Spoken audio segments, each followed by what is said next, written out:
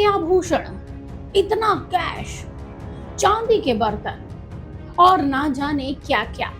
केंद्रीय जांच agency ED यानी प्रवर्तन निदेशालय डायरेक्टरेट ऑफ एनफोर्समेंट ने झारखंड और पश्चिम बंगाल में कोयला माफियाओं के खिलाफ कल बड़ी कार्रवाई की।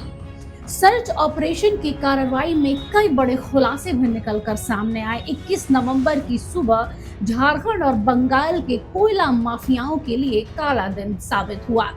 21 नवंबर की सुबह करीब 5:30 बजे ही इस सर्च ऑपरेशन के दौरान झारखंड के 18 लोकेशंस पर दबिश दी ईडी ने, जिसके बाद कोयला माफियाओं के बीच यह खबर चर्चा का विषय बन गई।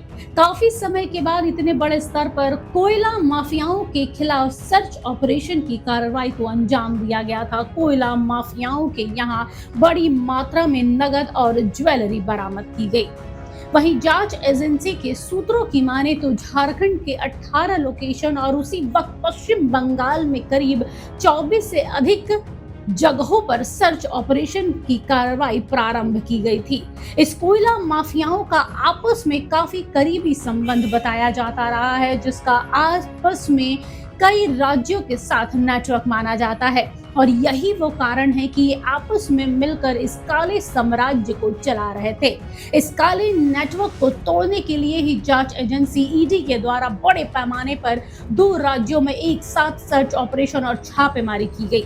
एजेंसियों की माने तो जांच के शुरुआती चरण में ही काफी महत्वपूर्ण सबूत और इलेक्ट्रॉनिक एविडेंस को कई लोकेशन से इकट्ठा किया गया है, जिसके आधार पर अब जांच का दायरा काफी बढ़ाया जा चुका है। झारखंड के कोयला राजधानी के तौर पर चर्चित धनबाद के कई कोल माफियाओं के यहाँ सर्च ऑपरेशन की कार्रवाई को अंजाम दिया गया था। धनबाद के लाल बहादुर सिंह का नाम शायद ही कोई हो जो नहीं जानता हो। बड़े स्तर के कोयला कारोबारी के यहाँ जब जांच एजेंसियों की टीम पहुंची तो आसपास के लोग इकट्ठा होने लगे। लिहाजा इससे पहले कि कोई बड़ी हादसे को अंजाम दिया जाता, उससे पहले ही जांच एजेंसियां मुस्तैद हो गई और अर्धसैनिक बल के जवानों की संख्या में बढ़ोतरी कर दी गई ताकि कानून व्यवस्था बरकरार रहे। सूत्रों की माने तो धनबाद स्थित देवविला इलाके में पहले भी अन्य एजेंसियों द्वारा दबिश दी गई है, लेकिन आरोपियों के इशारे पर काफी संख्या में लोग इकट्ठा हो जाते हैं और जांच एजेंसियों को परेशानी का सामना करना पड़ता था। इस बार ईडी की टीम मजबूत से सुरक्षा व्यवस्था के साथ लोकेशन पर पहुंची ताकि किसी भी तरीके से कोई घटना ना घटे। जांच एजेंसियों की सूत्रों की माने तो 21 नवंबर को जब ये सर्च ऑपरेशन स्टार्ट हुआ तब कोल माफियाओं के बीच खलबली मच गई। ऐसा माना जाता है कि उनके कनेक्शंस कई राजनीतिक हस्तियों के साथ जुड़े हुए हैं और काफी प्रभावशाली भी हैं।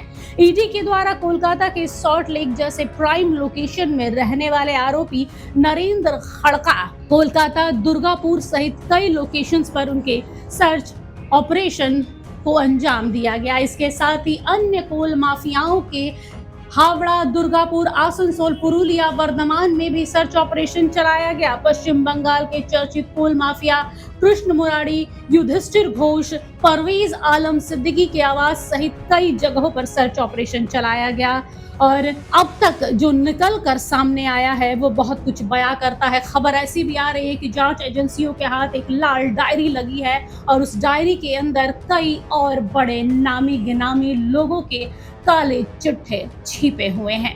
अब देखना दिलचस्प होगा कि इस पूरी घटना के बाद, सर्च ऑपरेशन के बाद जांच एजेंसियों के हाथ क्या निकलकर सामने आए हैं। अगर आपको हमारा ये वीडियो अच्छा लगा तो इसे लाइक करें, शेयर करें और हाँ, सब्सक्राइब करना ना भूलें।